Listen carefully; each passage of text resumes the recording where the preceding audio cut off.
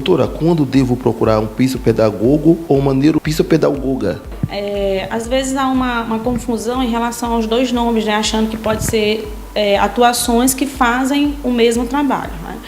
Só para diferenciar logo o que é o psicopedagogo e o neuro, para a gente poder entender, o psicopedagogo ele vai estar muito relacionado às formas de aprendizagem que tanto a criança, o adolescente, o adulto ou até mesmo quem ensina, para a gente poder identificar se estão sendo, como é que eu posso dizer, favoráveis ou não para a aprendizagem do indivíduo. Então a gente vai trabalhar muito também na interferência de aspectos emocionais, mas dentro do papel do psicopedagogo.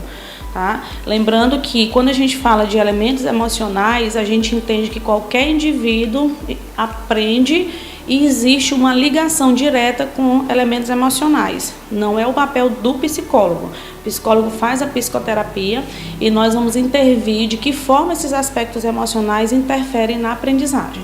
O neuropsicopedagogo ele vai trabalhar diretamente com o sistema nervoso, focado também com o aspecto da aprendizagem. Como é que funciona o sistema nervoso voltado para a aprendizagem? Quais são as funções cognitivas que nós podemos trabalhar, estimular e também os aspectos de como essas funções elas estão sendo exploradas ou se está tendo alguma dificuldade que possa intervir, né, numa aprendizagem saudável, podemos dizer assim. O que é descalculia? Bem, ela é mais conhecida pela grande dificuldade de se relacionar com números. Né? Então, o que a gente percebe? Geralmente, no adulto, né, quando ele já está lá no ensino médio ou até mesmo na faculdade, ele percebe que ele tem uma grande resistência de aprender elementos que estejam relacionados a números. Pode ser tabelas, pode ser contas, né, relacionadas às 4 operações, mas além disso também a gente percebe a dificuldade de direcionamento. Se alguém que tem uma descalculia, mesmo que não tenha identificado, ela vai ter, por exemplo, dificuldade de identificar o que é mão esquerda, o que é mão direita. Ela vai ter dificuldade, por exemplo, no trânsito, porque ela não vai ter uma distinção, né, do que é virar à esquerda, virar à direita, seguir essas orientações de espaço, lateralidade. E a descalculia, ela vai ter uma predominância na dificuldade em relação a números, qualquer coisa que envolva números, problemas matemáticos, e também em relação a essa questão da lateralidade. Algumas pessoas, por exemplo, só sabem o que é a mão esquerda porque usam aliança, né, de casado. E aí faz essa referência. E aí, constantemente, vai ter uma dificuldade que esteja direcionado ou a números, problemas matemáticos, ou essa questão de lateralidade também, que são elementos que são fáceis de ser identificados numa avaliação de descalculia, de investigação de descalculia. Esses daí são os principais sinais. Isso, os principais sinais. Aí, geralmente, uma criança que ela está na fase inicial, né, da escola, ela vai ter uma dificuldade, mas a gente imagina, não, ela está começando agora, então vamos ver se isso vai desencadear, né, vai desenvolver. E aí, se esses sinais, né, de dificuldades relacionadas à matemática, é tipo aquela questão, trava, né? Algumas pessoas já têm um temor em relação à matemática. Uns podem ter sido consequência de metodologias, né, de professores que às vezes são mais rígidos, principalmente os professores das exatas, né, tem uma postura mais diferente de professores das humanas, linguagens, certo? Então acaba que cria um bloqueio, né, em relação ao aluno. E aí o aluno ele acredita que não aprende. Então, ele vai criar aquele bloqueio e isso, se não for trabalhado, se não for investigado, vai acabar desencadeando essa dificuldade de aprendizagem aí, que é a descalculia. Uma criança que tem 4 anos e é muito agitada, ele pode ter déficit de atenção. A gente tem que ter muito cuidado em relação à idade. Por quê? Uma criança de 4 anos, comumente, ela é inquieta. Ela é ativa, ela está em fase de desenvolvimento. Então, o que a gente precisa observar? Até 4 anos de idade, a criança ela vai ter muita energia para gastar. A gente se preocupa que é uma criança que é muito quieta. Quando você olha assim, tá muito quieto, o que tu tem? Tá doente? Né? Porque, comumente, as crianças elas são bem ativas. Então, a gente precisa ter um certo cuidado para não atribuir um diagnóstico de déficit de atenção ou hiperatividade em relação a crianças dessa idade. Então, a gente tem que ter cuidado e observar, e mais ou menos 7 anos de idade é uma fase que a gente pode já ter um olhar mais concreto, porque nessa fase até 7 anos de idade, ela está em processo de desenvolvimento. Então, ela está aprendendo a ter um autocontrole para a idade dela, claro, né? Ela vai aprender a sentar mais, a ter mais atenção, a focar mais naquilo que é trabalhado. Então, até 4 anos de idade, se é percebido algo fora do comum, a gente continua analisando, investigando e espera uma idade que realmente a gente já possa ter um olhar mais concreto em relação a isso. Doutora, o que é a ginástica cerebral?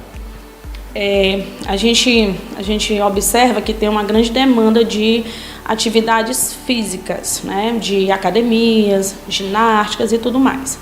E as pessoas esquecem que a ginástica cerebral, deveria ser a primeira ginástica a ser exercida pelo indivíduo.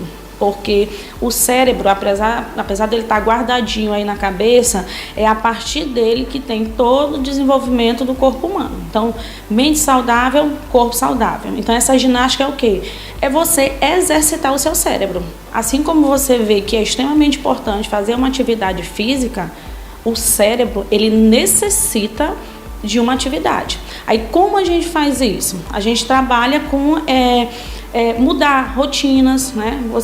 Comumente você vai para o trabalho em um percurso.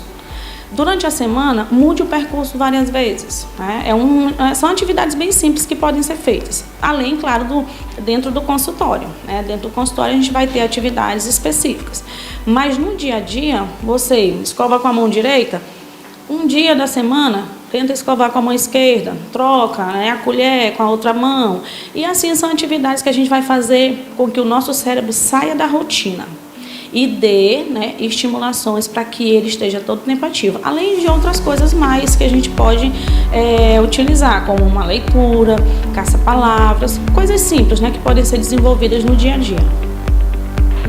Doutora, e criança que apresenta dificuldade na leitura, o que é isso? Assim, a gente pensa logo, será que é dislexia?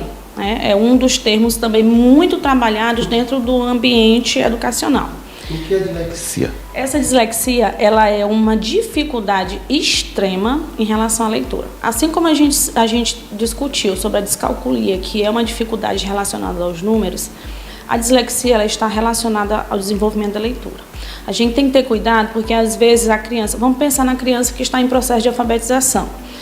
Então a gente pensou assim, chegou até 6, 7 anos de idade, não aprendeu, 8 anos, 9 anos, ainda não sabe ler. Será se tem dislexia? Aí precisa se fazer um processo de avaliação, porque essa criança ela pode ter sido submetida a uma metodologia que não contribuiu para esse desenvolvimento de leitura. Às vezes é uma criança que vive num ambiente sociocultural muito precário, que isso influencia também. Às vezes a família não dá o suporte necessário, às vezes a própria metodologia educacional também não contribui, e aí, consequentemente, se não é estimulado, então a tendência é o quê? Uma criança que ela precisa de estímulo para ler, para desenvolver, se não é estimulada, a tendência é o quê? É ter um déficit, é ter uma queda, é ter um desequilíbrio.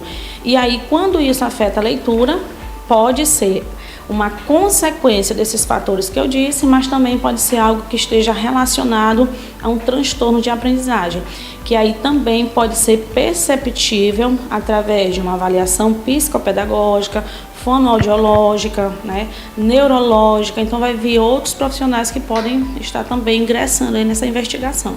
Doutora, existe alguma lei que protege esse aluno? Existe, não tem uma que tenha exatamente uma que especifique dislexia, mas lá na Lei de Diretrizes e Bases, que é bem antiga, de 1996, se não me falha a memória, ela diz que a escola ela deve proporcionar uma aprendizagem para o aluno. E isso quer dizer o quê? Se o aluno ele tem uma dificuldade, então a escola precisa promover as melhores maneiras para que essa criança, para que esse indivíduo aprenda. Então, se nós temos na escola crianças ou adolescentes, pessoas com dificuldades, é obrigação, por lei, que essa escola promova a aprendizagem para essa criança. Então, se ela tem dificuldade em, por exemplo, fazer prova escrita, que é um padrão de qualquer escola, Então, eu posso muito bem criar outras metodologias e fazer com que essa criança tenha um acesso de uma avaliação de forma diferenciada daquela que ela comumente tem dificuldade.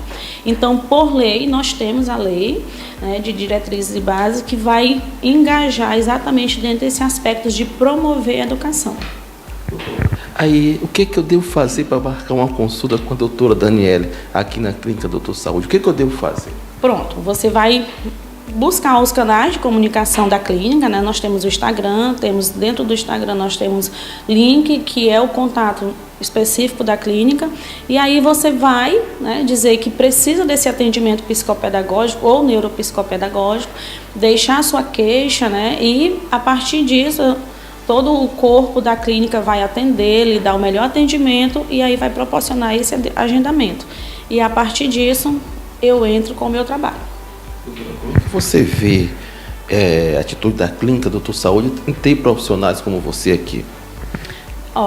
Alguns anos, o psicopedagogo, até hoje as pessoas têm até dificuldade de pronunciar o nome, né? Então, era um profissional que ele ainda não era muito conhecido, certo? Então, a partir do momento que a clínica, ela disponibiliza esse atendimento psicopedagógico e neuropsicopedagógico, a gente percebe que essa clínica, ela tem um cuidado com os seus clientes, né? Um cuidado com as pessoas que vão ingressar no ambiente e vai dizer assim, olha, aqui nós temos tudo o que você precisa, certo? Então, a partir do momento que ela coloca no seu quadro um profissional que faz esse tipo de atendimento, ela está dizendo, fique à vontade, venha e nós vamos dar tudo aquilo que você precisa.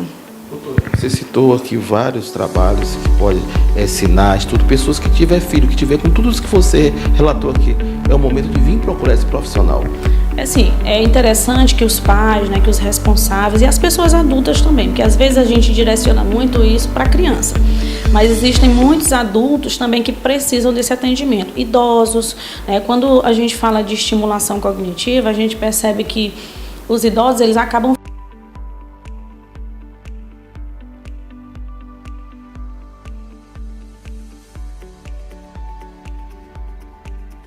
então, você que está em casa, né, e percebeu que dentro de toda essa conversa, né, há um sinal de alerta daquilo que foi conversado, o primeiro passo é buscar o atendimento, né? Então, é interessante que não deixe para depois, porque a tendência é que isso vá se desenvolvendo e vai ter uma proporção muito maior e, consequentemente, vai desencadear aí uma dificuldade. Então, além da dificuldade que nós atendemos em relação à aprendizagem, existe também a estimulação cognitiva, né, que é para estimular o cérebro, né? Às vezes está em casa, está muito acomodado, isso acontece muito com idosos, né? Isso, e aí está muito acostumado só naquela almoça, assenta, assiste um jornal, dorme um pouquinho, assiste novela, pronto. Nós também fazemos esse atendimento para que, principalmente, né, os idosos, eles possam ter uma vida mais ativa, relacionado à ginástica cerebral. Então, de todas as faixas etárias, da criança ao idoso, todos eles estão enquadrados dentro desse atendimento psicopedagógico e neuropsicopedagógico.